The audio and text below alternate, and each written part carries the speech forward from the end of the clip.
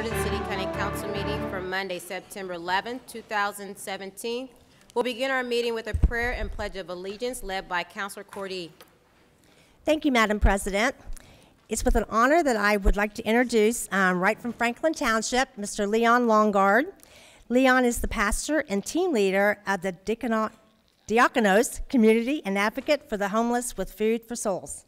Come on, Leon. All right. You're up. Let's take a moment of silence in remembering those who have died, who had died either on the day of the September 11th attacks 16 years ago or since then as a result of it.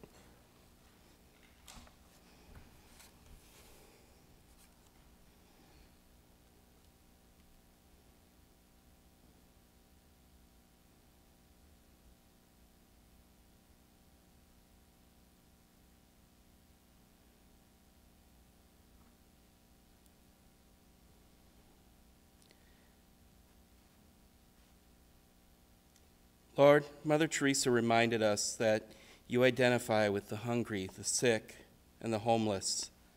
On this day when we are reminded of what happened when hate and anger are allowed to guide a person's actions, help us to look for inspiration from those who sought to sow your love, compassion, and shalom among the most vulnerable of us.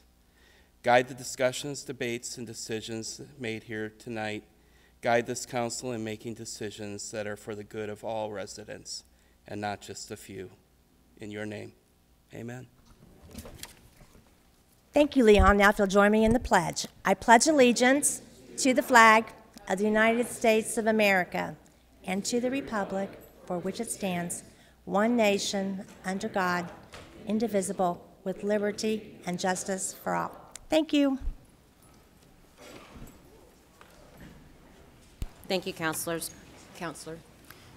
Please select the green button to indicate your attendance.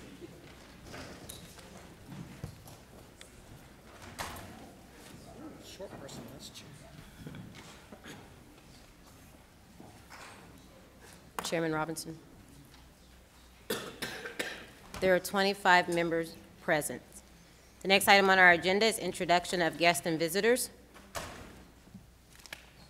Councilor McQuillan. Thank you, Madam President. I'd like to acknowledge and introduce award-winning Indianapolis Star reporter, Mr. James Briggs.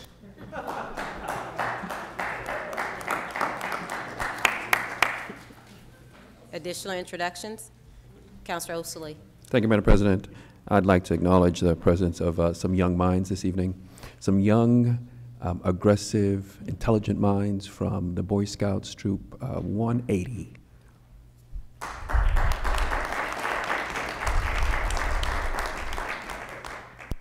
Vice President Adamson. Thank you, Madam President. I'd like to welcome my AFSCME brothers and sisters, Georgia Cravey and Michael Torres.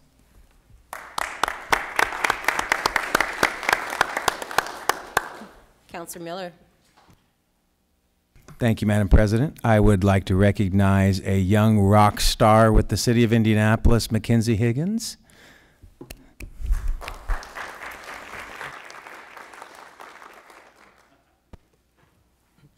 Councilor Oliver.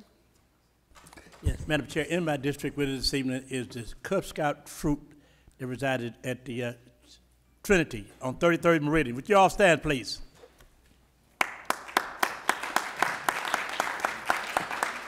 Thank you for joining us. Additional introductions. The next item on our agenda is the official communications. Madam Clerk. Thank you, Madam President. Ladies and gentlemen, you are hereby notified that regular meetings of the City County Council and Police, Fire, and Solid Waste Collection Special Service District Councils will be held in the City County Building in the Council Chambers on Monday, September 11, 2017 at 7 p.m. The purposes of such meetings being to conduct any and all business that may properly come before the regular meetings of the councils. Respectfully, Maggie A. Lewis, President, City County Council. Ladies and gentlemen, pursuant to the laws of the state of Indiana, I cause to be published in the Court and Commercial Record and in the Indianapolis Star on Monday, August 21st, 2017, a copy of a notice of public hearing on proposal numbers 244 and 245, 2017, Said hearing to be held on Monday, September 11th at 7 p.m. in the Public Assembly Room of the City County Building. Respectfully, Natrina DeBoe, Clerk of the City County Council. Ladies and gentlemen, I have approved with my signature and delivered this day to the Clerk of the City County Council, Natrina DeBoe, the following ordinances. Fiscal Ordinance numbers 20 through 23, General Ordinance numbers 41 through 47, and General Resolution number 11. Joseph H. Hogsett, Mayor. Madam President, this concludes the official communications.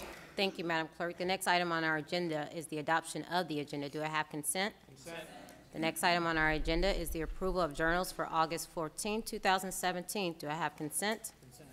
We'll now proceed to presentations of petitions, memorials, special resolutions, and council resolutions. Proposal number 115, refer to Public Safety and Criminal Justice Committee. Chairman Robinson. Thank you, Madam President. Proposal 115, 2017 appoints Tavana Harris Askew to the Indianapolis Metropolitan Police Department Merit Board. Madam President, I request one more postponement for this proposal as the Corporation Counsel and our legal team of Mr. Biesecker work to fine-tune the language for this proposal. The motion has been properly moved and seconded. All those in favor signify by saying aye. Aye. Those opposed, same sign.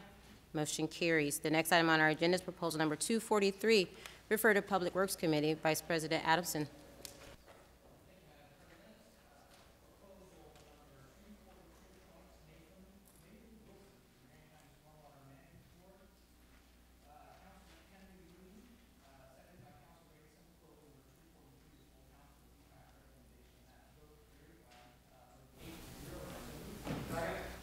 The motion has been properly moved and seconded. Are there comments from councilors? Seeing none, proceed to the board for our vote.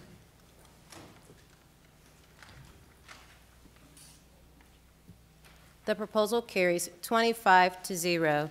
The next item on our agenda is introductions of proposals. Madam Clerk.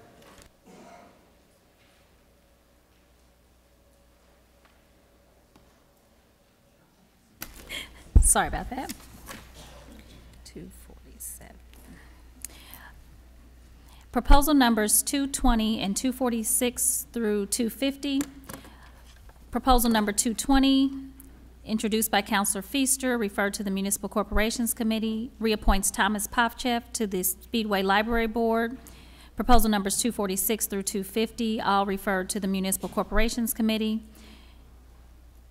and all introduced by Councilor Gray. Proposal number 246 adopts the operating and maintenance budgets and tax levies of the Indianapolis Airport Authority and establishes appropriations for said municipal corporation for 2018.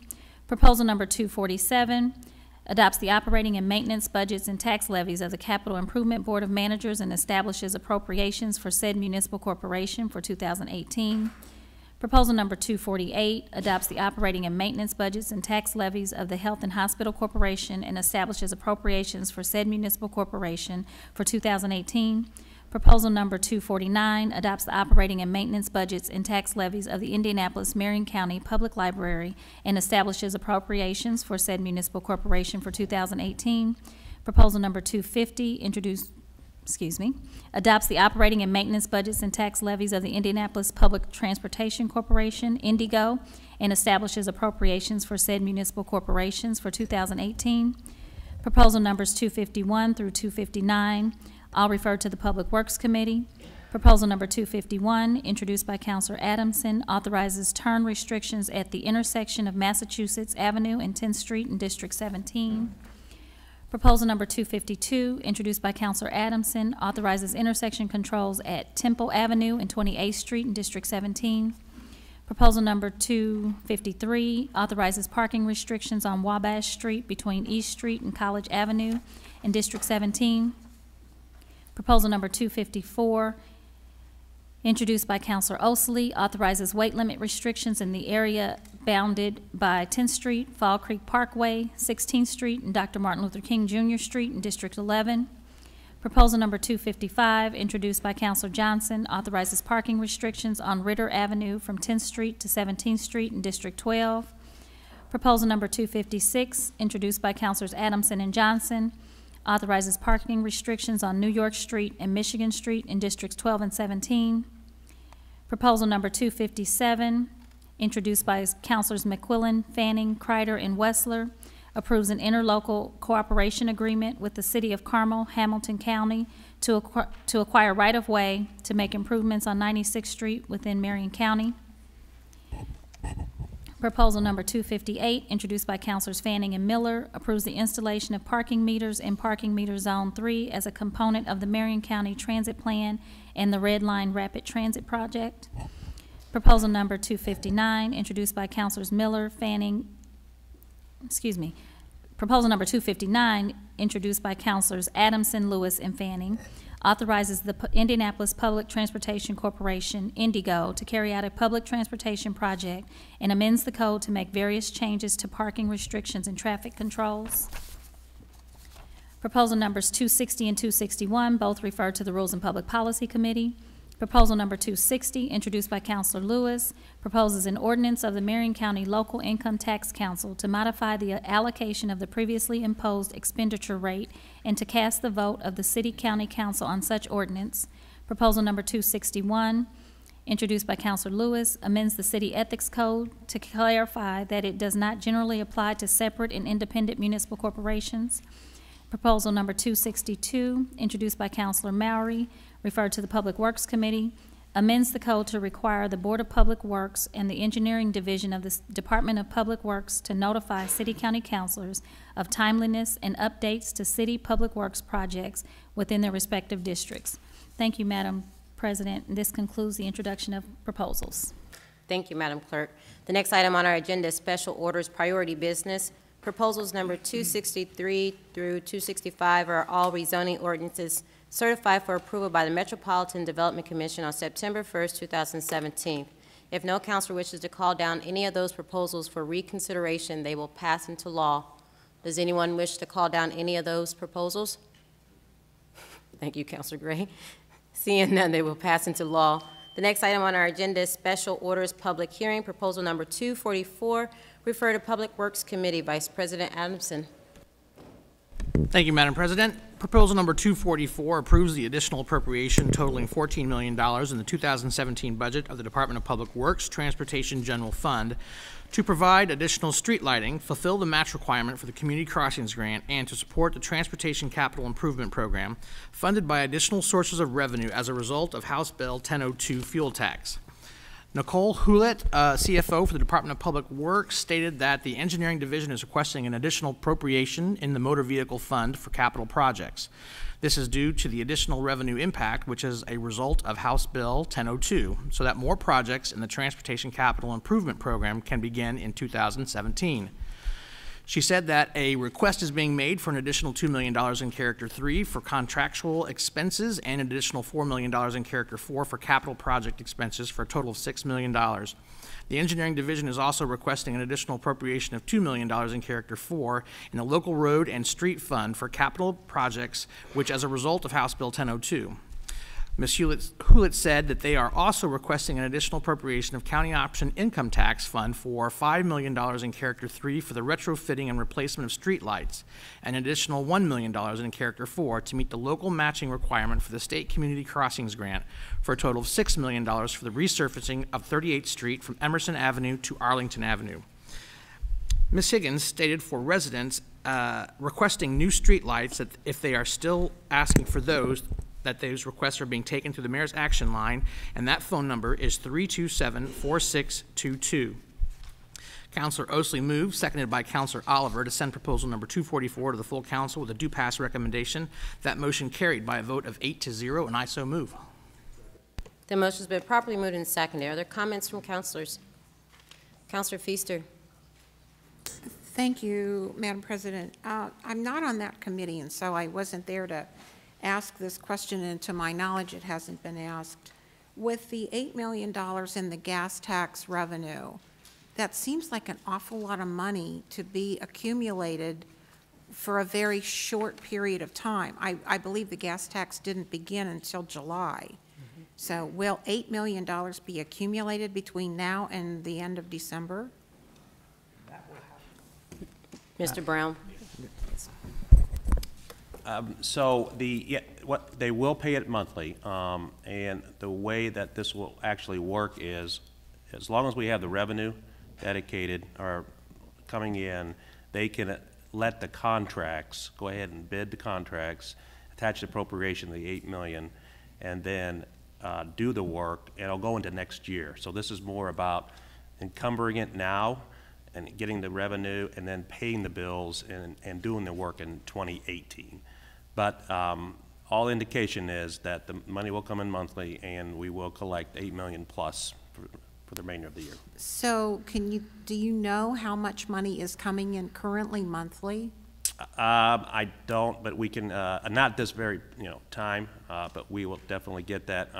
We have enough to cover it. Now, I will say this, there is enough in fund balance to cover this. So in the event we did not get 1 penny of new revenue, we could cover it. Now, I know that's not ideal, but we're not taking a risk if you approve it. We can go forward with the projects. But I don't have the exact number of what we've gotten this last month for the revenue. Thank you. Additional questions?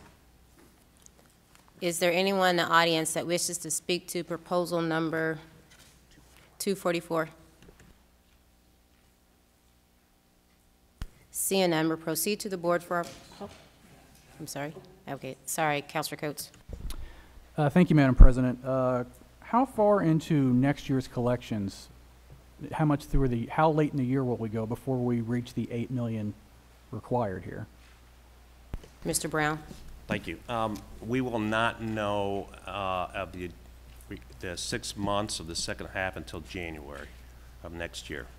We'll have, monthly we'll have an idea, but we won't have the total accumulated number until January of 2018. Okay, thank you. Okay. Additional questions? Seeing none, we'll proceed to the board for our vote.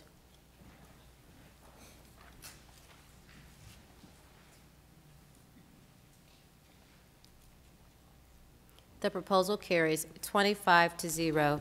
The next item on our Madam agenda. President, just to explain my vote thing, I guess. I don't know how you signal that on here, sorry. I am surprised that we don't have any numbers yet since it's been all of July and all of August. So as soon as we do get numbers, it would be great to have those just so we can keep an eye on it. But I do really appreciate us spending this money in this fashion. It's a great idea. Glad to jumpstart this program. Thank you, Madam President. Proposal number 245, referred to Metropolitan and Economic Development Committee. Chairman Osili. Thank you, Madam President.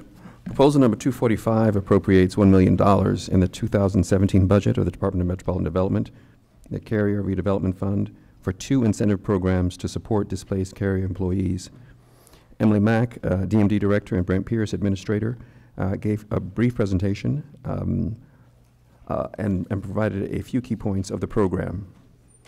The Mayor's Carrier Fund, dedicated to help displaced carrier workers. The Mayor's Office recommendations are a 2-pronged approach. 1, support affected workers with transitional costs, and 2, incentivize companies to hire displaced workers. The transition assistance is $550,000, which adds up to approximately $1,000 per employee. Employee Indy is to administer supportive services, the Supportive Services Program, with the goal being to supplement costs associated with employment transition. Qualified expenses include transportation, childcare, utility bills, tools, etc. The second, a part of the program, the Hiring and Retention Incentive Program, is $450,000, approximately $1,000 per employee. DMD is to administer the incentive program. And to qualify, a company must hire and retain a displaced carrier worker for at least 1 year, and the company must pay at least $16 per hour. Councilor Robinson asked how many workers this would impact, and Mr. Pierce stated that there are 632 affected by the layoffs, with the final layoffs being December 23rd, 2017. And Councilor Robinson asked what the turnaround time would be for the individuals to be approved and receive funds for child care and utility bills. Mr. Pierce stated that assuming the proposal moves through the City County Council, the funds should be available on October 1. Councilor Evans stated that this deal was done thanks to the DMD team many months prior to President Trump stepping foot into the city. Councilor Evans moved, seconded by Councilor Robinson, to send proposal number 245, 2017, to the full council with a due pass recommendation, and the motion carried by a vote of 7-0. Madam President, I so move. The motion has been properly moved and seconded. Are there comments from councilors? Is there anyone in the audience that wishes to speak to proposal number 245? Seeing none, we'll proceed to the board for our vote.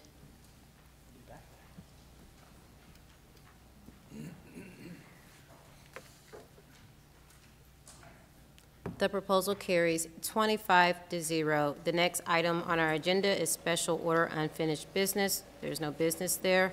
We'll proceed to special orders final adoption. Proposal number 216, referred to Public Works Committee. Vice President Adamson. Thank you, Madam President. With consent, I'd like to take proposals 216, 17, 18 together. Thank you.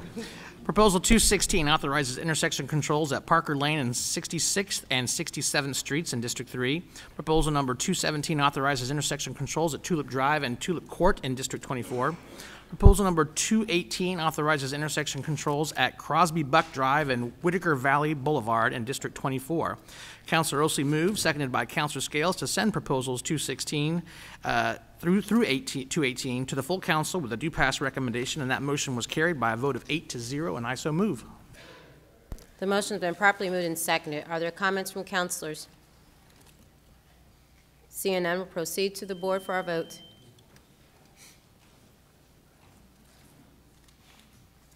The proposals carried 25-0. The next item on our agenda is proposal number 219, referred to Public Safety and Criminal Justice Committee. Chairman Robinson. Thank you, Madam President. Proposal 219, 2017 amends the code to add a new section regarding police use of IMPD's firearms ranges. Councilor Feaster moved, seconded by Councilor Kreider, to amend proposal 219.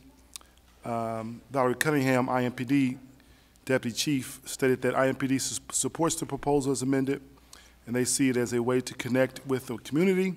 Councilor Muscari asked when this will take place. Chief Cunningham stated that the range will not be available for public use until the necessary renovations are completed in 2018 as expected. Councilor Scales asked if the general public will be required to show proof of firearms safety training. Chief Cunningham stated that the safety instruction will be provided at the beginning of the sessions. The motion to amend carried by a vote of 9-0. Then Councilor Feaster moves, seconded by Councilor Kreider, to send proposal 219 to the full council with a due pass as amended recommendation. The motion carried by a vote of 9-0. Madam President, I so move. Second. The motion has been properly moved and seconded. Are there comments from councilors? Seeing none, we'll proceed to the board for our vote.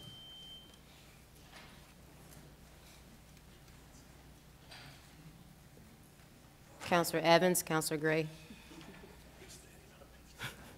We're almost there, right? The proposal carries 25-0. There is no business under Special Service District Council. Is there any new business before this body? Councilor Oliver? Yes, Madam Chair, and those at St. Richard's, I mistakenly said Trinity, but St. Richard's. Say hello, fellows. Thank you very much. Any other? Councilor Jackson? Talking to the mic. Shh. I'm sorry. My organization, Pathway Resource Center, is hosting a fundraiser this Friday, September the 15th, from 6 p.m. to 8 p.m. The mayor will be the keynote speaker, and it's a live and a silent auction. If you haven't been, it's a great time. Marriott at 21st East, on East 21st Street, Marriott East, 6 o'clock. Oh, web address, pathwayindy.org, pathwayindy.org. Thank you. We'll now proceed to announcements and adjournment. The docket agenda for this meeting of the council having been completed, the chair will now entertain motions for adjournment. Madam President. The chair recognizes Councilor McQuillan. Thank you, Madam President. I've been asked to offer the following motion for adjournment. By Councilors Cordy, Feaster, Lewis, McHenry, Evans, and Wessler in memory of James L. Zor. By Councilor Lewis and Osely in memory of Richard Height Sr. By Councilor McQuillan in memory of Derek W. Smith and Eric William Borst. By Councilors Miller and Feaster in memory of Patricia Frazee. By Councilor Feaster in memory of David W. Hall and James R. Roberts. By Councilor Scales in memory of Donald W. Moreau Sr. By Councilor Cordy in memory of Marvin D. Jackson and Joanne Bingaman. By Councilor Mascari in memory of Charlotte Weber, Thomas Thompson, and Roberta Ingram. Madam President, I would like to move the adjournment of this meeting of the Indianapolis City County Council in recognition of and respect for the life and contributions of those persons I have here specifically named. I respectfully ask the support of fellow councilors. I further request that the motion be made a part of the permanent record of this body, and that a letter bearing the council seal and the signature of the president be sent to the family of each person advising of this action. Thank you, Councilman McQuillan. Hearing no objection, the motion is received, and the request for so order. Hearing no further motions, we are adjourned.